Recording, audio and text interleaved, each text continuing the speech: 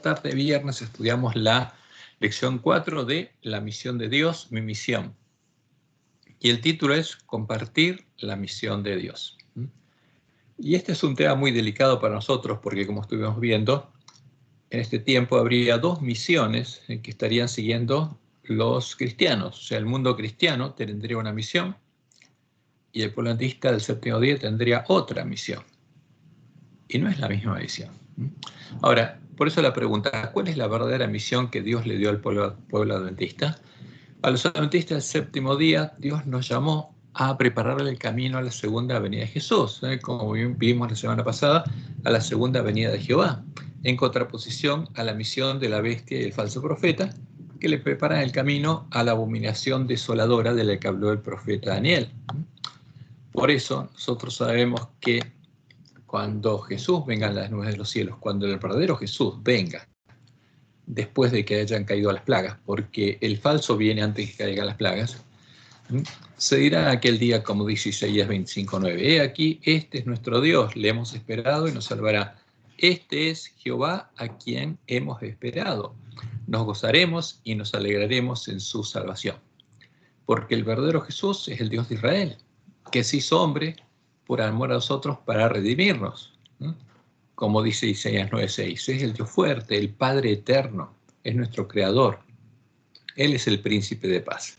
Y todos los redimidos de la última generación van a justamente exclamar lo que anuncia la palabra de profecía, porque van a conocer quién es su Dios. Dios va a estar reinando en ellos. Y cuando vengan las nubes de los cielos, ¿qué vamos a decir? Este es Jehová a quien hemos esperado. Y para poder hacerlo, nuestro primer trabajo era y sigue siendo el recuperar el conocimiento de la verdad echada por tierra por el hombre pecado, para poder, primero, tener el Evangelio eterno, porque como Jesús dijo, tenemos que predicar el Evangelio del Reino de Dios. Y no es el Evangelio que conoce el ángel de la Odisea. Entonces, pero el primer ángel tiene el Evangelio eterno. Y tenemos que ver la diferencia entre la semilla y la cizaña, el falso Jesús, que es la puerta ancha y el camino espacioso que lleva a la perdición, que es la abominación desoladora de la que habló el profeta Daniel, que es la imagen de la bestia, el ídolo al que la bestia y el falso profeta llaman Dios y Cristo, y justamente le preparan el camino, y el otro Jesús, la verdadera semilla de trigo, el santo, el verdadero Jesús, la puerta estrecha y el camino espacioso que lleva a la vida, al que los adventistas del séptimo día debemos preparar el camino, porque como vimos, en este tiempo habría dos movimientos adventistas. El movimiento liderado por la bestia y el falso profeta, que le prepara el camino a la venida del anticristo, y al que se unirían justamente una parte de los adventistas, y estaría el otro movimiento, el de los siervos fieles que cumplirían la misión que Dios le dio al pueblo adventista. Y justamente cuando viéramos la diferencia, eso nos permitiría predicar plenamente el mensaje de los tres ángeles. O sea, si supiéramos cuál es la puerta ancha, al que está adorando al falso Jesús, podríamos predicarle claramente y mostrarle, mirá, este Jesús es la abominación desoladora de la que habló el profeta Daniel, es la imagen a la que adora la bestia. Y por eso ahí viene el mensaje, la predicación plena del mensaje de los tres ángeles, predicar plenamente este mensaje. Y eso empezaría por la predicación de los siervos fieles dentro del campo del Padre Familia. Vi volar por el medio del cielo a otro ángel, que no es el ángel de la Odisea, porque este tiene el Evangelio eterno. No es el ángel de Filadelfia, y tampoco es el ángel de la Odisea. Ese es el ángel que recuperó el conocimiento de la verdad y tiene el Evangelio eterno, para predicarlo primero a los moradores de la tierra, a sus hermanos. ¿Por qué? Porque como vimos la semana pasada, el tiempo de gracia se termina primero para el pueblo adventista. Y después, en el fuerte pregón, a toda nación, tribu, lengua y pueblo, diciendo a gran voz, temed a Dios y dadle gloria. ¿Temed a qué Dios? A Jehová. Porque este es el mensaje de Elías. Porque la hora de su juicio ha llegado, y adorad a aquel que hizo el cielo y la tierra, el mar y las fuentes de las aguas. Y otro ángel le siguió diciendo, ha caído Babilonia, la gran ciudad, porque ha hecho beber a todas las naciones del vino el furor de su fornicación. Porque había una sola iglesia que no lo había bebido, y era la iglesia adventista. Entonces, para que este mensaje volviera a ser la verdad presente, como dice Elena White en El conflicto de los siglos, la iglesia adventista también tendría que haberlo bebido. Y por eso estaría delante nuestro la puerta ancha y el camino espacioso que lleva a la perdición, y muchos adventistas entrarían por esa puerta y serían engañados.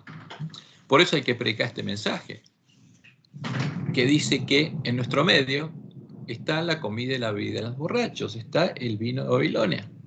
Y el tercer ángel lo siguió diciendo a gran voz: si alguno adora a la bestia y a su imagen, si alguno reconoce a la bestia como la iglesia de Cristo y adora su imagen, a la abominación desoladora de la que habló el profeta Daniel, en cuya defensa la bestia asoló al pueblo de Dios, y recibe la marca en su frente o en su mano, él también beberá del vino de la ira de Dios, ¿no? Porque ese vino lo van a beber todos los que adoran a la bestia y a su imagen, y todos los que reciban la marca en su nombre. Y es la plena predicación de este mensaje, que es el mensaje de Elías, el mensaje que predicarían los siervos fieles y prudentes, lo que separaría el trigo, fíjense, a los que entren por la puerta estrecha al templo de Jehová, de la cizaña, a los adventistas que entren por la puerta ancha a la sinagoga de Satanás. Porque eso pasaría en nuestra iglesia, como Jesús lo advirtió. Y como Elena, y se le mostró a Elena de White, y leemos en Primeros Escritos, página 118. Vi luego el tercer ángel, dijo mi ángel acompañante: su obra es terrible, su misión es tremenda. Es el ángel que ha de separar el trigo de la cizaña y sellar o atar el trigo para el granero celestial. Estas cosas debieran absorber completamente la mente y la atención, porque el pueblo adventista tiene una misión muy clara, y los lobos también. Satanás tiene una misión, ¿no? Y el Dios falso tiene una misión, y los lobos tienen esa misión. Pero el Dios verdadero llamó al pueblo adventista para que cumpla su propia misión, otra misión, no la del Dios de este mundo. Y solo entonces, cuando fuera predicada la verdad en medio del pueblo adventista, los lugares asolados serían reedificados y llegaría a haber 144.000 columnas en el templo de Dios. 144.000 adventistas que habrían recibido el sello de Dios, tendrían la ley de Dios escrita en la mente y en el corazón, tendrían el amor de Dios y podrían cumplir el nuevo mandamiento de Jesús, reflejado en el versículo de memoria, que está en Juan 13, 34 y 35. Un mandamiento no os doy, que os améis unos a otros como yo os he amado. Ahora, para cumplir este mandamiento tenemos que tener el amor de Jesús en nuestros corazones. ¿Y cómo podemos tener el amor de Jesús en nuestros corazones? Y Jesús termina diciendo: en esto conocerán todos que sois mis discípulos, si tuviereis amor. ¿Qué amor? Mi amor, los unos con los otros. ¿Y cómo se tiene ese amor? Y eso es lo que anuncia el Evangelio del Reino de Dios. Y eso es lo que anuncia el Evangelio eterno. Y tenemos que predicar. Y cuando Jesús terminó su oración intercesora, dijo lo siguiente: Padre justo, el mundo no te ha conocido, pero yo te he conocido. Y estos han conocido que tú me enviaste, y les he dado a conocer tu nombre, tu carácter, y lo daré a conocer aún, para que el amor con que me has amado, fíjense, el amor de Dios esté en ellos. Porque todo lo que hizo Jesús es para qué, como anuncia la profecía, para ver linaje, para ver a sus hermanos, para redimirnos y para que Dios pudiera transformarnos a su imagen, para que el amor de Dios esté en nosotros. Y dice Jesús: y yo en ellos, para yo habitar en el nuevo templo, que Jesús edificaría, un templo edificado con piedras vivas. Y por eso Pablo en Romanos 5, 1 al 5 dice lo siguiente: justificados pues por la fe, tenemos paz para con Dios por medio de nuestro Señor Jesucristo. O sea, somos vestidos de vestiduras blancas, por quien también tenemos entrada por la fe a esta gracia, en la cual estamos firmes y nos gloriamos en ¿qué? En la esperanza de la gloria de Dios, porque esa es la promesa del Evangelio, que la gloria de Dios, de la cual quedó destituido el hombre, volvería a verse en nosotros. Y Pablo en el versículo 5 dice: y la esperanza no avergüenza, la esperanza de la gloria de Dios, porque el amor de Dios ha sido derramado en nuestros corazones por el Espíritu Santo, por el Espíritu Santo que nos fue dado. Entonces, ¿Pablo podía cumplir el mandamiento de Jesús? Sí. ¿Por qué? Porque el amor de Dios había sido derramado en su corazón. Porque el mandamiento de Jesús está asociado a la promesa del Evangelio. Pero no puede decir lo mismo el ángel de la Odisea.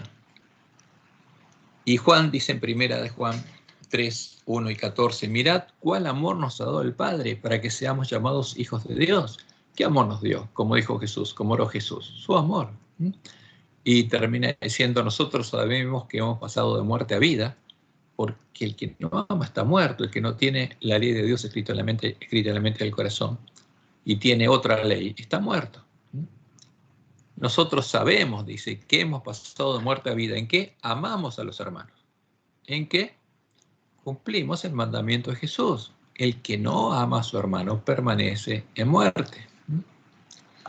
Y esa promesa es para nosotros, como dice en Ajuay en Testimonios para la Iglesia, tomo 5, página 431. Los 3 ángeles de Apocalipsis 14 representan a aquellos que aceptan la luz de los mensajes de Dios y salen como agentes suyos para pregonar las amonestaciones por toda la anchura y longitud de la tierra. O sea, representa al que oye, cree y ahora obedece al Evangelio. Cristo declara a los que le siguen, sois la luz del mundo. ¿Y por qué? Fíjense la promesa de Dios a los que prediquen el mensaje de los 3 ángeles. El amor que Jesús manifestó por las almas de los hombres en el sacrificio que hizo por su redención impulsará a todos los que le sigan. El amor de Dios, el amor de Jesús, va a ser derramado en todos los siervos fieles que prediquen plenamente el mensaje de los 3 ángeles. Y entonces, a partir de ese momento, porque antes no podían crecer las semillas de cizaña, Satanás no podía derramar lluvia, no podía hacer germinar la semilla de la cizaña, a partir de este momento, de que fueran separados los adventistas en 2 caminos, los que entraban por la puerta ancha y los que entrarían por la puerta estrecha, crecerían juntas las plantas de trigo y las plantas de cizaña, hasta que llegara el tiempo de la siega en el campo del padre familia, cuando serían separados el trigo de la cizaña y los siervos fieles estarían preparados para recibir la lluvia tardía y salir. Como los discípulos salieron de Jerusalén al ver a Jerusalén rodeada de ejércitos, a predicar el fuerte pregón del mensaje del tercer ángel, a darles el verdadero alimento a tiempo ahora al pueblo de Dios que se encuentra cautivo en medio de la gran Babilonia, porque hasta ese momento le estaban dando el alimento a tiempo a sus hermanos, y al ver esta señal salen a ¿qué? A darles el verdadero alimento a tiempo al pueblo que está en Babilonia. ¿Y cuál es la señal? En el tiempo del pueblo judío fue ver a Jerusalén rodeada de ejércitos. Y como vimos, para el pueblo adventista la señal es la primera trompeta. Y esta es la cita en el Ajuay. Anoche se me presentó una escena. Parecía como si una inmensa bola de fuego descendía sobre el mundo y destruía grandes casas. De diversos lugares procedía el clamor. El Señor ha venido, el Señor ha venido. ¿Por qué? Porque esta es la señal de que Jesús ya vino como ladrón. Nos anuncia que Jesús ha venido como ladrón a llevarnos con él a la batalla. Y muchos adventistas no estaban preparados, pero unos pocos que decían, y esto es triste, fíjense, como dijo Jesús, muchos van a entrar por la puerta ancha y pocos van a buscar y entrar por la puerta estrecha. ¿Y qué van a decir? Alabado sea el Señor. ¿Por qué alaban al Señor? Preguntaban los que estaban por ser afectados por destrucción repentina, los que no eran adventistas. ¿Y cuál es la respuesta? Porque ahora vemos lo que habíamos estado esperando. ¿Por qué? Porque habían estudiado las palabras de profecía, conocían cuál era la verdadera antorcha que tenía que iluminar su camino. Y conocían esta señal. Sabían que había llegado el fin del tiempo de gracia por el pueblo adventista y que ahora era el tiempo de predicar el fuerte pregón. Y como leemos en Malaquías 4, 1 al 3, porque en Malaquías 3:16 Dios dice que la obra de los siervos fieles, los que temen a Jehová, ¿qué tienen que hacer? Hablaron cada uno a su compañero y Jehová le escuchó y oyó. Y fue escrito libro de memoria delante de él para los que temen a Jehová y para los que piensan en su nombre. Y serán para mí especial tesoro, ha dicho Jehová de los ejércitos, en el día en que yo actúe. Y acá llega el día de Jehová, Malaquías 4, 1 al 3. Porque aquí viene el día ardiente como un horno, y todos los soberbios y todos los que hacen maldad serán estopa. Aquel día que vendrá los abrazará, ha dicho Jehová de los ejércitos, y no les dejará ni raíz ni rama. Mas a vosotros, los que teméis mi nombre, a los siervos fieles, Nacerá el sol de justicia, y en sus alas traerá salvación, y saldréis y saltaréis como becerros de la mañana, de la manada. Y ahora viene la batalla final, dice, hollaréis a los malos. Esta es la simiente de la mujer que va a vencer ¿a quién? A la serpiente y a su simiente, a los malos, los cuales simbólicamente serán ceniza bajo las plantas de vuestros pies en el día en que yo actúe, ha dicho Jehová de los ejércitos. Y Jesús, tomando estas palabras, al explicar la parábola del trigo y la cizaña, dijo lo siguiente: de manera que como se arranca la cizaña y se quema en el fuego, así será en el fin de este siglo. Enviaré el Hijo del Hombre a sus ángeles y recogerán de su reino. ¿De dónde? De la iglesia remanente. Porque la iglesia adventista es la primera cosecha de trigo y cizaña, a todos los que sirven de tropiezo y a los que hacen iniquidad, y los echarán en el horno de fuego.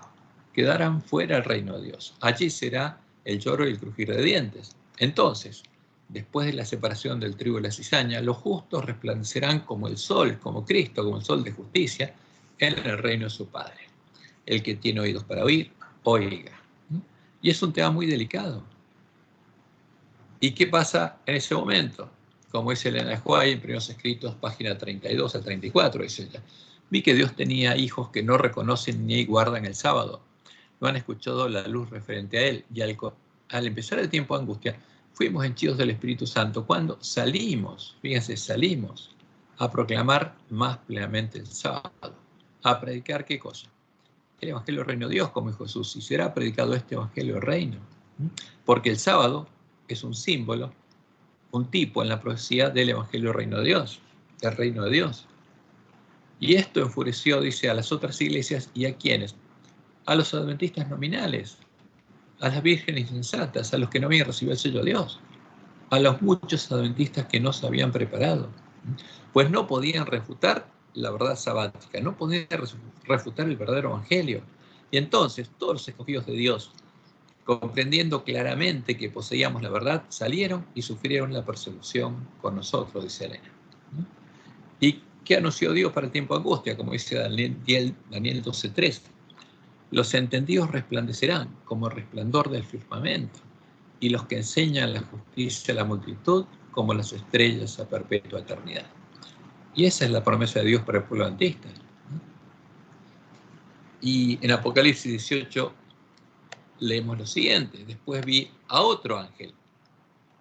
¿Y este otro ángel cuál es?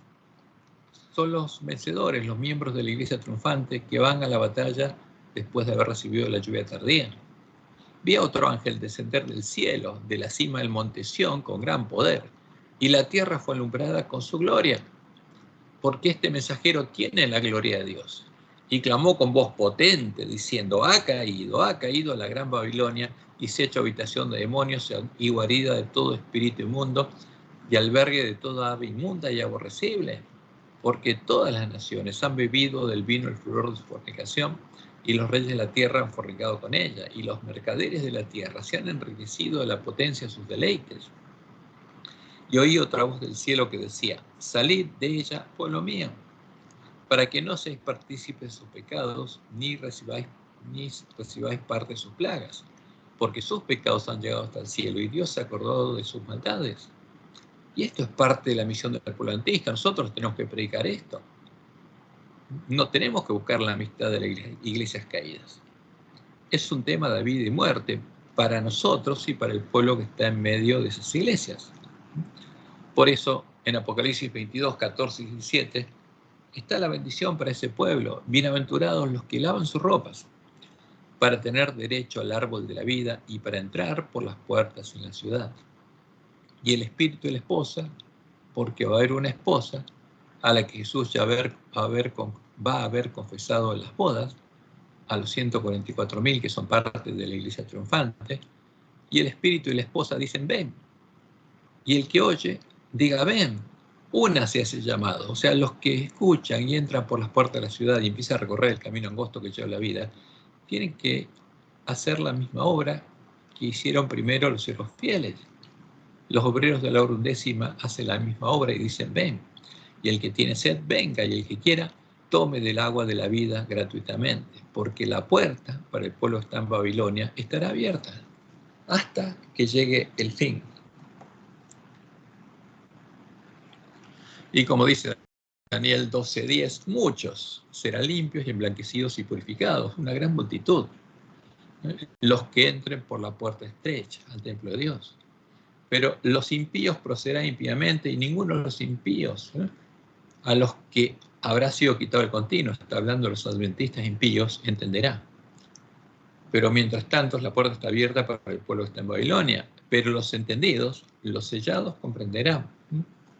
Y como dijo Jesús, y será predicado este evangelio del reino en todo el mundo, para testimonio a todas las naciones, y entonces vendrá el fin. Y entonces el pueblo adventista habrá completado su misión. Por tanto, dice Jesús, ahí viene Satanás simulando su venida. Cuando veáis en el lugar santo la abominación desoladora de que habló el profeta Daniel, el que lea Daniel entienda, y Jesús está hablando acá de la palabra de Daniel 12, porque él interpretó la profecía de Daniel 12. Entonces, los que estén en Judea, huyan a los montes. Cuando vemos a Satanás venir simulando la segunda venida, esa es la señal que nos indica que llegó el fin. Por eso, las etapas de desarrollo de la misión del pueblo adventista son muy claras. Pero el pueblo adventista no las conoce. En 1844, cuando se cumplieron las 2300 tardes y mañanas desde la orden dada para reedificar Jerusalén, fue dada otra orden de reedificación. Porque Dios quería reedificar los lugares asolados por Babilonia, antes de poder llamar al pueblo que está en Babilonia a salir de ella y a entrar a los lugares justamente que fueron reedificados, al lugar santuario de Dios. Y la misión del pueblo adventista tenía un primer trabajo, que era reparar la brecha hecha por el Papa a la Santa Ley de Dios, para recuperar el conocimiento de la verdad. Pero habría una tardanza y las vírgenes cabecearían todas, cerrarían sus ojos a la luz de sus lámparas y se dormirían. Y pasaría lo que Dios dijo que pasaría cuando sus siervos estuvieran durmiendo. Entraría el enemigo y sembraría la cizaña. Hasta que alguien, como Dios le mostró a Guillermo Mila en su sueño, clamara a él, se diera cuenta de lo que estaba pasando, se acordara de él y clamara a él, y entrara el hombre a la escobilla y barriera la suciedad y la basura que estaría en su mente. Y después pondría un cofre sobre la mesa, donde mucho más grande y más hermoso que el primero, donde el pueblo adventista creó el cuadro 1844, y pondría todas las joyas ordenadas, todas las profecías. Y ese espectáculo brillaría 10 veces más que antes. Esa es la luz que Dios le mostró a Joel, que iluminaría el camino a la ciudad de Dios, el que correrían las vírgenes sensatas, los siervos fieles. Y Satanás lo vería y empezaría a actuar, y por eso veríamos brotar las hojas de la higuera. Pero llegaría el tiempo de que el hombre de la escobilla completara su obra y nos despertáramos, y a medianoche se escuchara el clamor, y el pueblo adventista empezara a oír ese mensaje, el mensaje de Elías, el mensaje directo de por qué se encuentra en la condición del ángel de la Odisea. Y una parte del pueblo empezaría a recorrer el camino angosto, entraría por la puerta estrecha, empezaría a recorrer el camino angosto, hasta llegar al final del camino y entrar con el esposo a las bodas, entrar por las puertas de la ciudad, a la Nueva Jerusalén, a la iglesia triunfante. Y habría 144.000 columnas en el templo de Dios, y ahí los lugares desolados habrían sido reedificados. Y se cerraría la puerta, sería quitado el continuo a las vírgenes insensatas, y Jesús confesaría el nombre de los vencedores en las bodas. Entonces, por eso la primera etapa era reparar la brecha, recuperar el conocimiento de la verdad, y en segundo lugar, tendremos que predicar, darles el alimento a tiempo a nuestros hermanos, mientras Dios prepara. Jesús reedifica el templo y nos hace columnas del templo de Dios, y mientras Dios nos perfecciona hasta que pudiéramos llegar a tener su nombre escrito en la frente. Y cuando eso hubiera pasado, llegaría el tiempo del fuerte pregón. Sonaría la primera trompeta y saldríamos a predicar el evangelio eterno, el evangelio del reino en todo el mundo, hasta que llegue el fin. Y cuando llegue el fin, esa es la señal de que todo el mundo escuchó la predicación y entró al reino de Dios, o fue hecho parte de la sinagoga de Satanás, eligió adorar la bestia y su imagen, y que ya hay una gran multitud en el templo de Dios, y que la esposa del Cordero se ha preparado. Como dice Apocalipsis 19:6, a ella se le ha dado que se vista de lino fino, blanco, limpio y resplandeciente, que son las acciones justas de los santos, las de los que guardan los mandamientos de Dios. Y ahí termina nuestra misión. Y ahí habrá quedado preparado el camino a la segunda venida. Y Jesús dice entonces, cuando veamos a Satanás venir simulando la segunda venida, huyan a los montes, porque empieza el tiempo de angustia de Jacob y empieza a caer las plagas. Pero ahí ya habremos completado nuestra misión. ¿Por qué esta es nuestra misión? Es sencilla. Dios la muestra en forma clara y sencilla.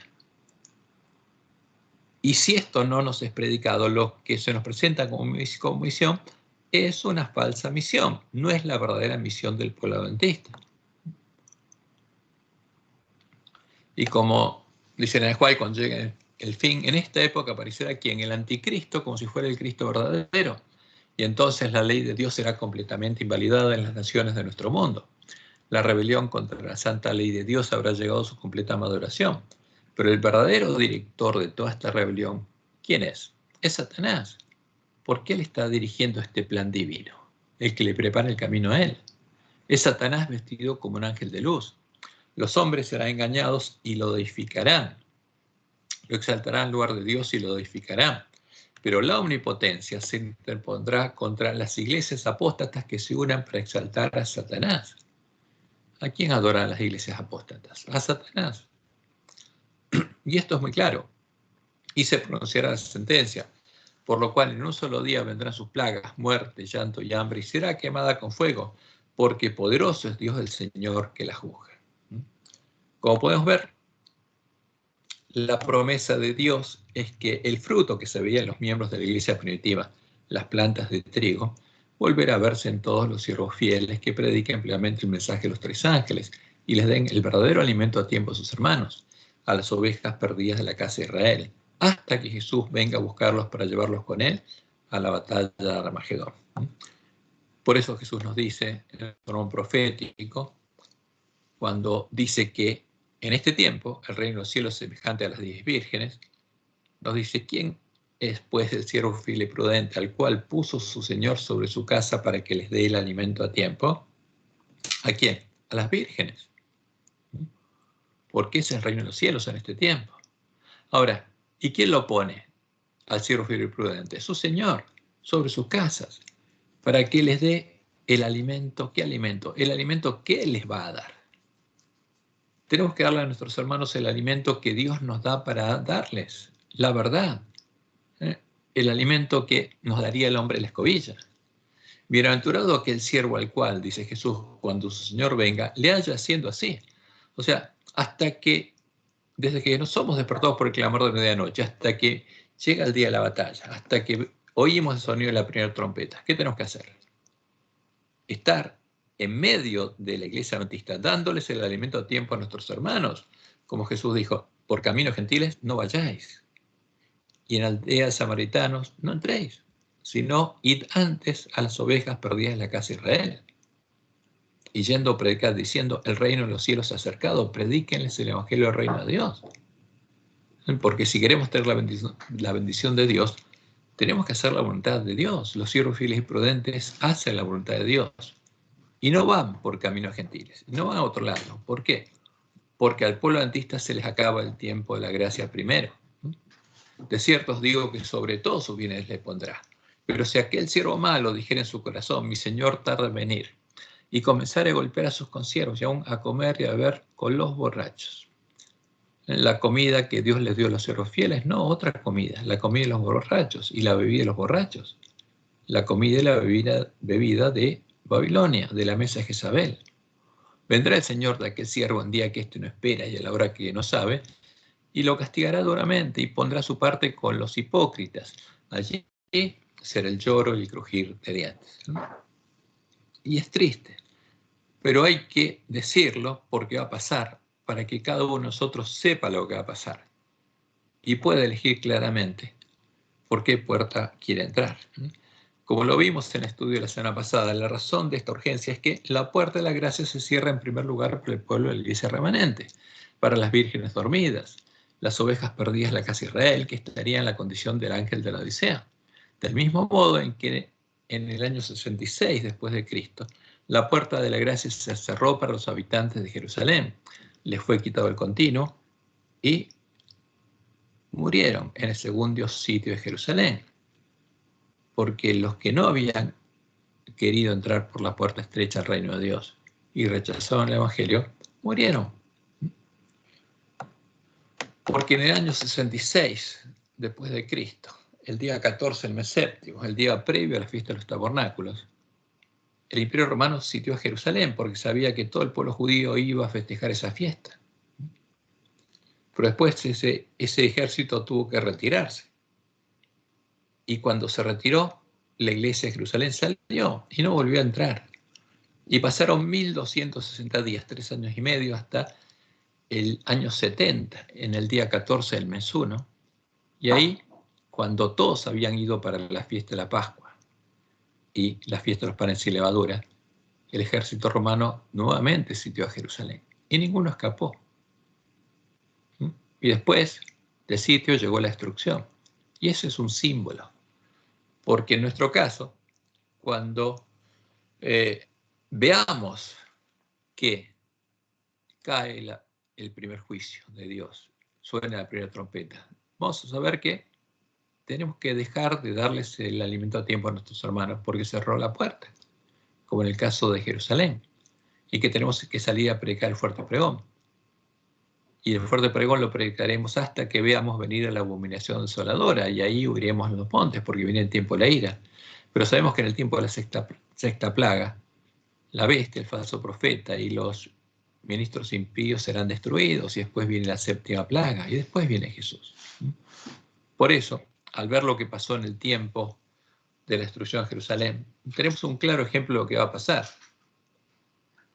Y esa era la razón por la cual Jesús había llorado sobre Jerusalén, porque vio lo que iba a pasar con sus hermanos y vio también lo que pasaría con nosotros. Y por lo cual mandó a sus discípulos a ir a buscar primero a las ovejas perdidas de la casa de Israel, hasta que vieran la señal que les indicaría que había sido quitado el continuo a los habitantes de Jerusalén. Y por eso usó la profecía de Daniel 12, sabiendo que era para el tiempo del fin. Pero, como lo que pasaría en Jerusalén es un tiempo para nosotros, entonces lo que pasa, lo que anuncia la profecía de Daniel 12, les serviría a ellos como una guía, aunque no se cumpliría literalmente. ¿Qué anuncia la profecía de Daniel 12? Que al pueblo de la iglesia remanente le va a ser quitado el continuo cuando se cierre la puerta para las vírgenes insensatas. Y después va a llegar el día de la expiación que anuncia el primer ángel, el día del juicio. ¿Para quién?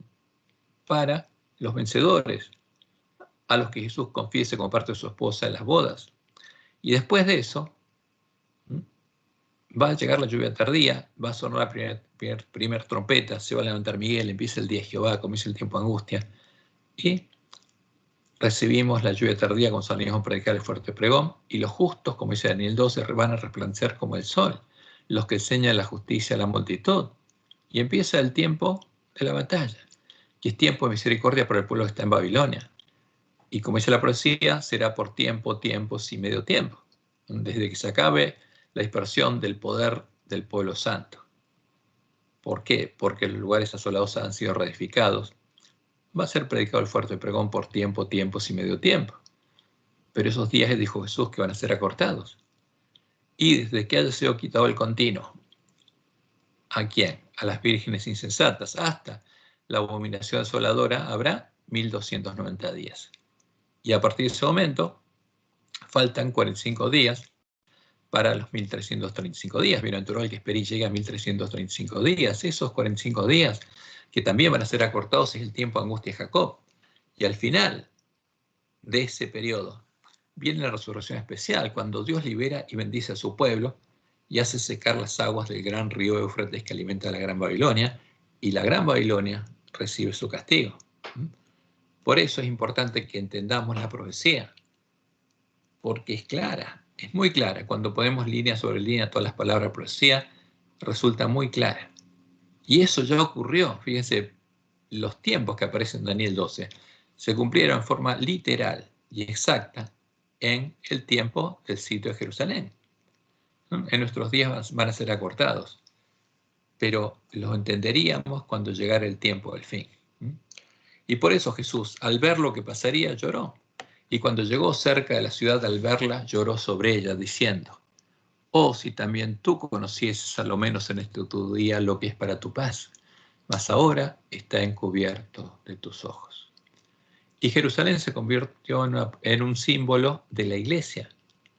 Y lo que anuncia Ezequiel 9 en el tiempo es justamente que Dios va a juzgar y va a medir a los habitantes de Jerusalén.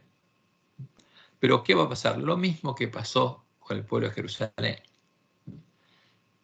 Porque vendrán días sobre ti cuando tus enemigos te rodearán con vallado y te sitiarán, y por todas partes te estrecharán y te derribarán a tierra, y a tus hijos dentro de ti.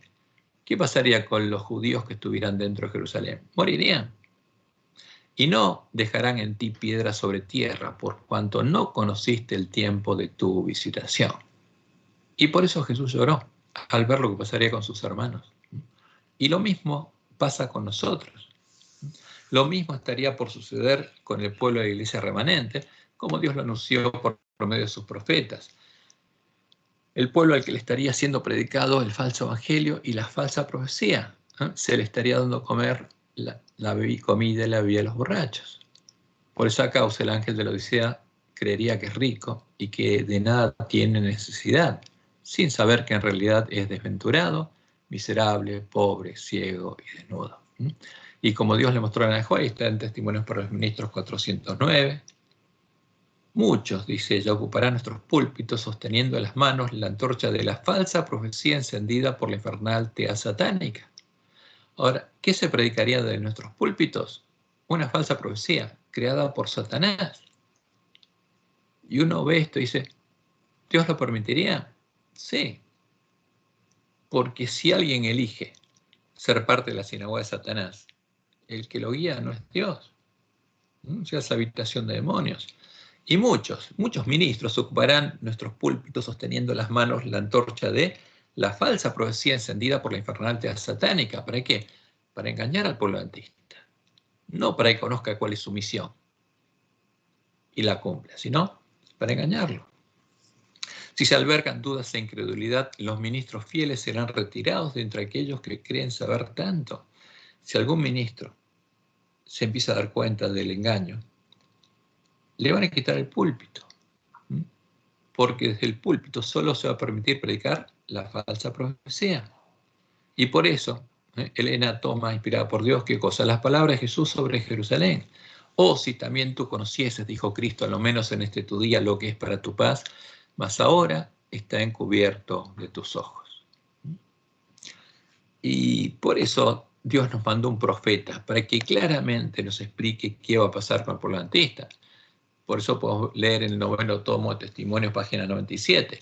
Ojalá que la gente conociese el tiempo de su visitación, como el pueblo judío, que no lo conoció.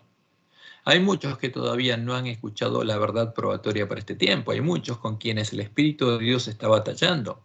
El tiempo de los juicios destructores de Dios es el tiempo de misericordia para los que no habían tenido oportunidad hasta ese momento de enterarse de la verdad. ¿Por qué? Porque los siervos fieles no fueron a predicarles la verdad. Estaban cumpliendo la misión que Dios les dio. El Señor los contemplará con ternura y se conmoverá su corazón de misericordia. Su mano todavía permanece extendida para salvar, mientras la puerta se ha cerrado. ¿Se ha cerrado? Sí. ¿Para quiénes? Para los que no quisieron entrar, para los que fueron llamados y no quisieron entrar. Y es triste, pero va a ocurrir. Ocurrió con el pueblo de Jerusalén y va a ocurrir con el pueblo de la iglesia adventista. Y una vez de haber repasado cuál es nuestra misión, porque tenemos que tenerla muy presente para no ser engañados, vamos a estudiar un poco lo que es la misión de Abraham. En nuestra lección se busca asociar nuestra misión con la misión de Abraham, definiendo una misión que no es la misión que Dios nos dio. Y vamos a ver la lección del sábado pasado. la primera lección, la lección del sábado 21 de octubre de 2023. Y empieza con el versículo de memoria, tomando las palabras de Jesús. Un mandamiento nuevo os doy, que se amen unos a otros, que se amen así como yo los he amado, con mi amor. Y asocian eso a Abraham. Pero Abraham, ¿podía amar con el amor de Jesús? No. Desde el comienzo, dice nuestra lección, Abraham quiso que Dios lo utilizara para la misión. Esta verdad se hace evidente, por ejemplo, en Génesis 18, cuando Dios le advirtió lo que sucedería con Sodoma y Gomorra. Nada hace Dios, el Señor, sin revelar sus secretos a los profetas. En Amós 3:7 que dice, porque no hará nada Jehová el Señor sin que revele sus secretos a sus siervos los profetas. Pero acá toman una Biblia apócrifa que eliminó el nombre de Dios. Y dicen, en la historia de Sodoma y Gomorra, su siervo el profeta era Abraham. ¿Fue profeta Abraham? Los profetas de Dios son mensajeros de Dios que llevan un mensaje a quienes, las personas que tienen que oír la profecía. Pero Abraham no le llevó ningún mensaje a nadie. Abraham no era profeta de Dios. Esto es un grave error. Están torciendo las palabras para hacernos creer lo que no dice la palabra de Dios. Abraham no fue profeta. Dios no le dio ningún mensaje para llevar a ninguna persona. Y Abraham, dicen, Abraham estaba descansando durante el calor del día cuando vio a 3 viajeros. Y ahora toman una cita en la Joya de Patriarcas y Profetas, página 133. Abraham no había visto en sus huéspedes más que 3 viajeros cansados, sin imaginarse que entre ellos había uno a quien podía adorar sin cometer pecado, porque uno de ellos era Jehová. No obstante, Abraham pronto se comprometió personalmente con la misión de Dios. ¿Con qué misión? Al orar e interceder por el pueblo de Sodoma y Gomorra, procurando su salvación. Entonces, ¿cuál es la misión que Dios nos da? Orar e interceder. ¿Esa es la misión que Dios nos da? No, ya vimos que esa no es la misión que Dios nos da. Nos manda a recuperar el conocimiento de la verdad y después a predicarla. En cierto sentido, dice el autor de la lección, si la misión no consiste en eso, ¿en qué consiste? ¿Cómo que no consiste? ¿En qué consiste? Eso no es la misión que Dios nos dio. Ya la vimos con la misión y no tiene nada que ver con lo que está diciendo el autor, que está usando a Abraham y a las palabras de Jesús, tomándolas todas fuera de contexto. ¿Para qué? Para hacernos creer que nuestra misión es orar e interceder por otros, procurando salvación. No es eso. No es orar e interceder. Tenemos que llevarle el Evangelio para que conozcan la verdad y para que puedan elegir ser salvos. Y por supuesto, la oración y la intercesión acompañan a nuestra misión. Y sigue diciendo, a lo largo de este capítulo se revelan 3 grandes cualidades espirituales de Abraham: la hospitalidad, el amor y la oración. ¿Era hospitalario Abraham? Sí. ¿Oraba? Sí. ¿Y tenía amor? ¿Tenía el amor de Dios? ¿Cumplía el mandamiento de Jesús? No, vamos a ver que no. Abraham no tenía amor. Vamos a ver que no tenía amor. Como ninguno de los hombres lo tiene. Ahora, vamos a hacernos algunas preguntas sobre lo que afirma el autor de nuestra lección y vamos a contestarlas para identificar cuáles son las diferencias entre la misión de Abraham y nuestra misión. Primero, ¿podía Abraham amar como Jesús nos amó? ¿Tenía el amor de Dios escrito en su mente y en su corazón como lo tenía Jesús? Y la respuesta es clara, no, no podía. Y eso se vio claramente en su vida. Por ejemplo, cuando quiso ocultar que Sara era su esposa, permitiendo que otro hombre la tomara para salvarse él. ¿Eso es amor? No, no es el amor de Dios, no es el amor de Jesús. Como dice Pablo, maridos, amad a vuestras mujeres como Cristo amó a su esposa y se dio a sí misma por ella. O sea, dio su vida por nosotros, por su esposa. Pero Abraham quería salvarse a él, no tenía amor. No tenía verdadero amor por su esposa. No tenía el amor de Jesús, eso es claro. O sea, no tiene nada que ver el versículo de memoria con Abraham. Y desde que el hombre quedó destituido de la gloria de Dios, dejó de tener la ley de Dios escrita en la mente y el corazón. Su lugar lo ocupó, ¿qué cosa? El conocimiento de la ciencia del bien y el mal, el conocimiento de la maldad, que Satanás había creado en su propia mente. Ahora, la ley del pecado estaba escrita en su mente, en su corazón, ocupando el lugar de la ley de Dios, del amor de Dios, y se transformó en un árbol malo que no puede dar frutos buenos, no puede amar. Fíjense en Marcos 18, cuando Jesús le dijeron, bueno, Jesús le dijo, ¿por qué me llamas bueno? Porque le dijeron maestro bueno. Y que dice, ninguno hay bueno, sino solo uno, Dios. ¿Cuántos árboles buenos había? Uno solo, Dios.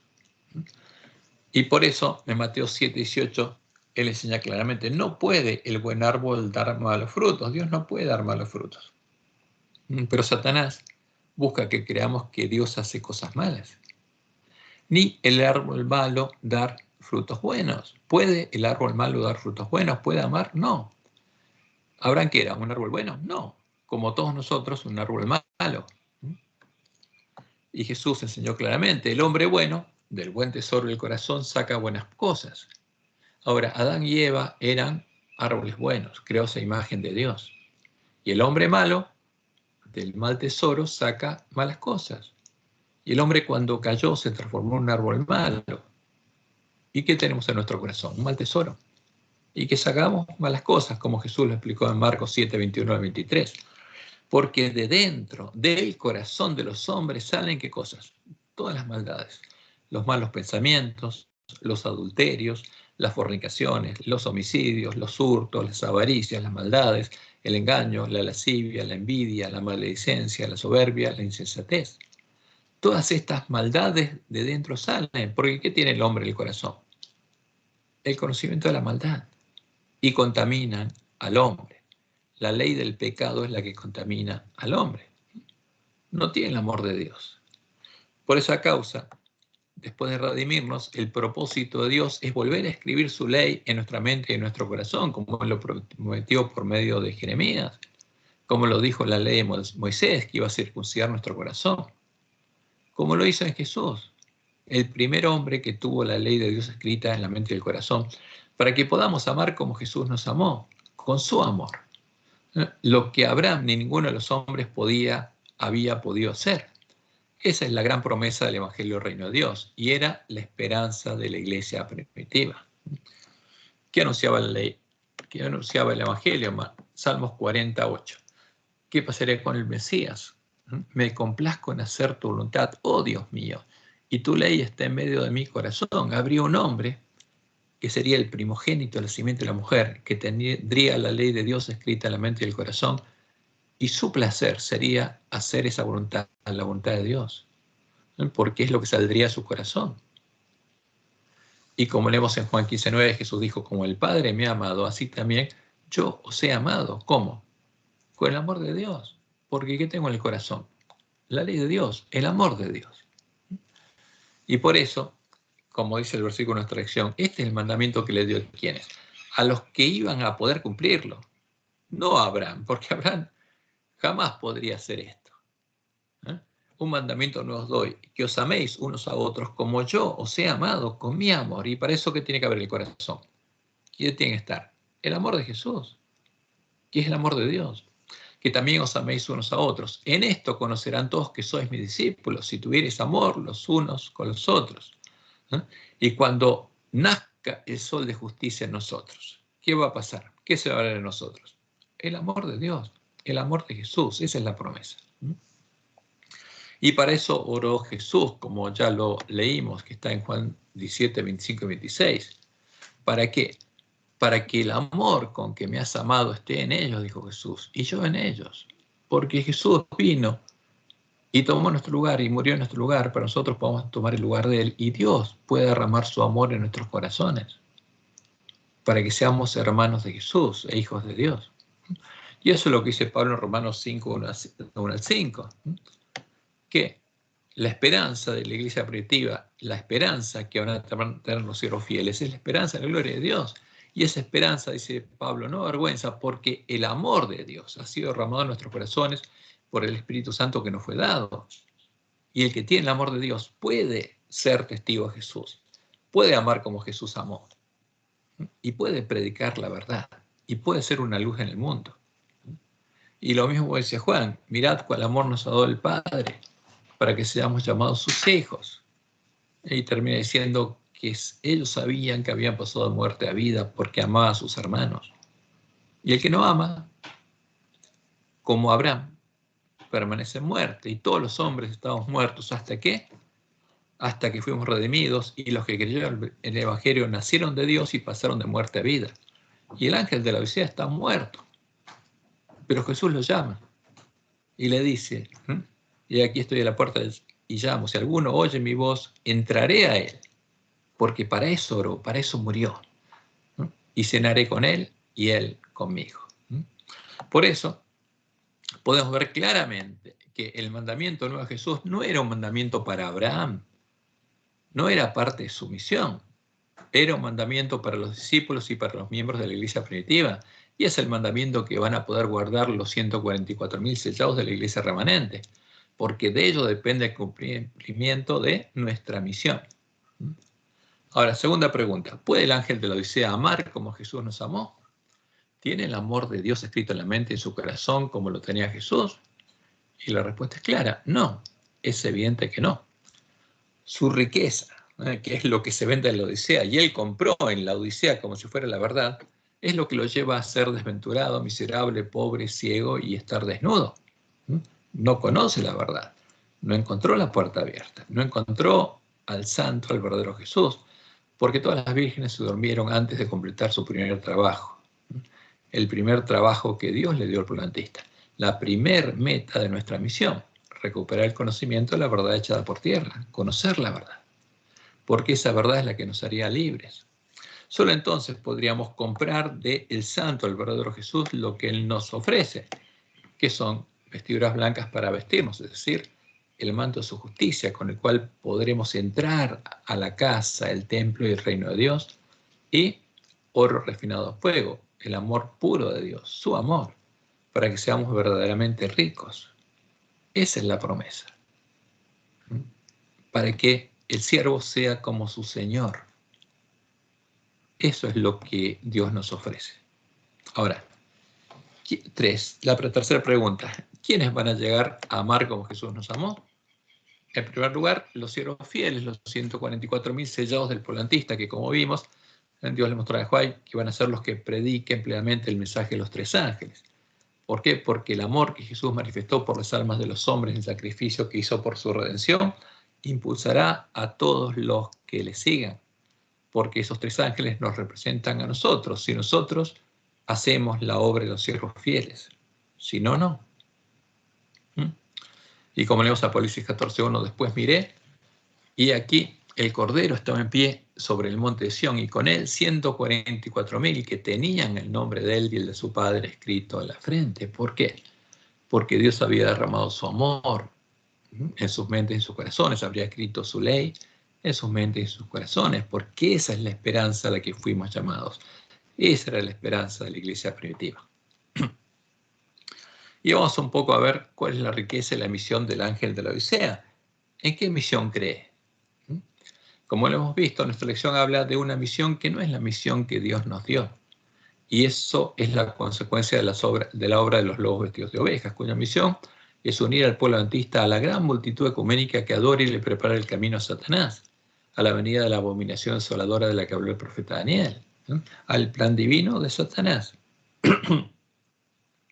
Y como una imagen habla mejor que 1000 palabras, porque mejor es que lo vean, vamos a mostrar una de las imágenes que podemos ver en las páginas del Consejo Mundial de Iglesias, la organización dirigida por Satanás que lleva adelante la obra y la misión del ecumenismo, el movimiento que adora y le prepara el camino a la venida de Satanás, movimiento al cual, como Dios lo anunció, se están uniendo muchos ministros y dirigentes de la iglesia adventista.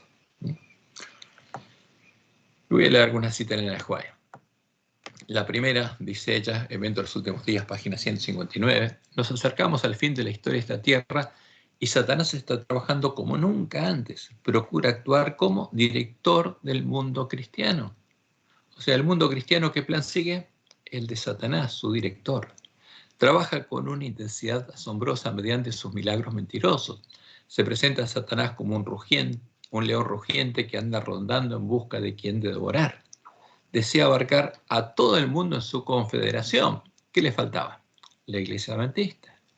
Ocultando su deformidad bajo el manto del cristianismo, se arroga los atributos de un cristiano y pretende ser Cristo mismo, porque es un impostor que se presenta como si fuera Cristo. Y como Dios le mostró, y podemos leer la próxima cita, ya dice: habrá aún entre nosotros mercenarios y lobos con piel de oveja que tratarán de persuadir al rebaño de Dios a que ofrezca sacrificios a otros dioses antes que a Dios. ¿A qué dioses? A la imagen de la bestia, para que adoren a Satanás y a los demonios. Y en el conflicto de los siglos, página 666, es una cita muy triste porque habla a nuestros ministros. Conforme vaya acercándose la tempestad, muchos que profesaron creer en el mensaje del tercer ángel, pero que no fueron santificados por la obediencia a la verdad, abandonarán su fe en que en el mensaje del tercer ángel, en que Dios separó al polentista de esas iglesias y le dio una misión, e irán a engrosar las filas de la oposición. Se unirán al plan divino de esas iglesias, uniéndose con el mundo y participando de su espíritu, uniéndose con los que son sinagoga de Satanás, habitación de demonios, y participando de su espíritu, haciéndose también habitación de demonios, llegarán a ver las cosas casi bajo el mismo aspecto. ¿Hasta cuándo? Hasta que Dios haga secar las aguas del río Éufrates. Hombres de talento y elocuencia, los pastores más destacados de la iglesia adventista, que se gozaron un día en la verdad, emplearán sus facultades para seducir y descarriar almas. Y ella dice: una cosa es cierta, los adventistas del séptimo día que adoptan su posición bajo la bandera de Satanás, bajo la bandera negra de los paganos, y se unen al ejército de los paganos, se unen al plan de Satanás, primero abandonarán su fe en las advertencias y reproches contenidos en los testimonios del Espíritu de Dios. Y es triste esto. Por eso, vamos a verlo con nuestros propios ojos.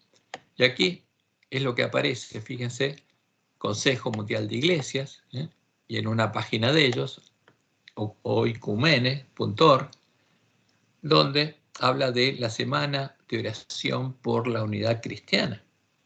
¿Y quién está orando para que el plan de Satanás se lleve a cabo? Y vamos a ver esto. Fíjense lo que dice esta página. Y acá se nos muestra una imagen de todos orando en medio de una iglesia católica, con sacerdotes católicos y de las diferentes religiones. ¿Y qué dice el Consejo Mundial de Iglesias? Letonia celebra la Semana de Oración por la Unidad de los Cristianos, esta Semana de Oración va de país en país. Y dice: además de manifestarse en el culto ecuménico. ¿Qué significa el culto ecuménico?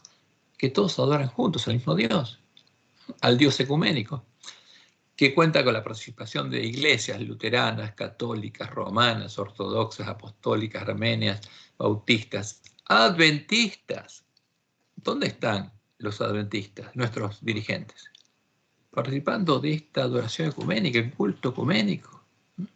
Pentecostales y metodistas, y algunas veces incluso con representantes de la comunidad de viejos creyentes. La unidad cristiana en Letonia generalmente se materializa en la cooperación práctica. Fíjense, ¿cooperación en qué? Que incluye conferencias teológicas conjuntas. Fíjense, culto ecuménico, conferencias teológicas conjuntas. ¿Por qué? Porque presentan al mismo Dios, al Dios ecuménicos. Cooperación en la educación teológica. ¿Por qué? Porque las escuelas de teología enseñan el mismo Dios, la misma teología. O la preparación del programa de educación religiosa ecuménica para las escuelas públicas, porque están preparando el programa que quieren que las bestias impongan en toda la tierra. ¿Y quién participa en este programa? Que es parte del plan divino de Satanás para engañar al mundo entero. Los adventistas, los dirigentes adventistas. Y por eso es importante que lo veamos, porque esto es parte del cumplimiento de la profecía, es una de las hojas brotadas de la higuera, porque lo que Dios anunció se cumple. Y ahí tenemos a los pastores adventistas participando en este culto ecuménico. Como podemos ver, nuestros dirigentes participan en el movimiento ecuménico en, primero, el culto ecuménico, que no es otra cosa que la adoración conjunta de Satanás, al adorar conjuntamente a la imagen de la bestia en los templos de las iglesias caídas que forman parte de la Gran Babilonia. Y es claro, si esas iglesias adoran a Satanás, ¿qué hacen nuestros ministros adorando en un culto ecuménico? Están adorando a Satanás. Y por eso se hace habitación de demonios. Después, conferencias teológicas conjuntas, o sea, cooperan en conferencias teológicas conjuntas. ¿Y qué predican? El credo común, en la que se presenta la teología que define al Dios ecuménico, el Dios común, la imagen de la bestia. Y también está la cooperación en la educación teológica, en la enseñanza de la teología común, que se enseña en los seminarios de las iglesias que forman parte del movimiento ecuménico, que es la misma teología que se enseña actualmente en las facultades de teología de la Iglesia Adventista. Porque esto es obra de los lobos vestidos de ovejas. Y finalmente, cooperación en la preparación del programa de educación religiosa ecuménica para las escuelas públicas, la educación religiosa que buscará imponer todas las rameras de la tierra, como usando el poder del Estado, la educación religiosa que llevará a que todos los hombres adoren al mismo Dios, a la imagen de la bestia. Y es triste, pero es el claro cumplimiento de las palabras de profecía que anunciaba que el pueblo adventista estaría en el atrio, fuera del templo de Jehová, junto a los gentiles, y estaría adorando al Dios Sol, al Dios de la Gran Babilonia. Y esa es la causa por la cual Dios debería enviarnos al profeta Elías antes del comienzo del tiempo de angustia. Y Ezequiel, capítulo 8, versículo 6, que nos muestra las abominaciones que estarían cometiendo en medio de Jerusalén, nos dice: y me llevó al atrio de adentro de la casa de Jehová, y aquí junto a la entrada del templo de Jehová, entre la entrada y el altar, entre la puerta del tabernáculo y el altar, como 25 varones, sus espaldas vueltas al templo de Jehová y sus rostros hacia el oriente, y adoraban al sol, postrándose hacia el oriente. ¿A quien adoraban? Al Dios de la Gran Babilonia, a la imagen de la bestia. Y como dice Elena, testimonios para los ministros, porque estos testimonios son especiales para los ministros, porque son los primeros a los que Satanás atacaría. La profecía debe cumplirse. ¿Estaríamos adorando al sol? Sí. El Señor dice aquí: yo os envío el profeta Elías antes que venga el día de Jehová, grande y terrible. Y se cumpliría, también se cumpliría. Dios nos enviaría al profeta Elías, a los siervos fieles, que deberían darles el alimento a tiempo a sus hermanos. ¿Y qué dijo Elías? 1 Reyes 18:21. Y acercándose Elías a todo el pueblo, dijo: ¿hasta cuándo claudicaréis vosotros entre dos pensamientos? Si Jehová es Dios, servidle. Y si Baal, si la imagen de la bestia, id en pos de él, id en pos de ella. Este es el mensaje de los tres ángeles. Este es el mensaje que tiene que separar el trigo de la cizaña en la iglesia adventista. Y por eso, todos los siervos fieles, todos los que tengan hambre y sed de justicia, todos los que quieran oír la palabra de Dios, van a oír el mensaje de Dios. Van a arreglar sus lámparas y van a probar a la ley del testimonio, como hacían los hermanos de Berea, si lo que prediquen los siervos de Dios es verdad o no es verdad. Porque la verdadera fe no viene de oír a los hombres, sino de oír la palabra de Dios. Que Jehová los bendiga y los guarde y los guíe a toda verdad, y que tengan un bendecido sábado.